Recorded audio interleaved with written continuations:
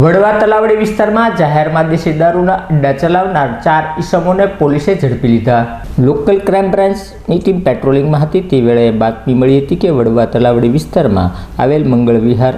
અખાડા પાસે હરેશભાઈ ઉર્ફે પ્રિયો અશોકભાઈ રાઠોડ, આરીફભાઈ ઉર્ફે ડૂટી જમલભાઈ મકવાણા, વિજયભાઈ ઉર્ફે કાલીસ લાભુભાઈ મકવાણા અને બળવંતભાઈ ધીરુભાઈ રાઠોડ દેશી દારૂ વેચાણ કરી રહ્યા છે, જેની માહિતી મળતા પોલીસ તાત્કાલિક સ્થળ ઉપર પહોંચી હતી અને સીસીટીવી ફૂટેજના આધારે આ 4 ઈસમોને ઝડપી લઈ ધોરણસરની કાર્યવાહી કરી હતી।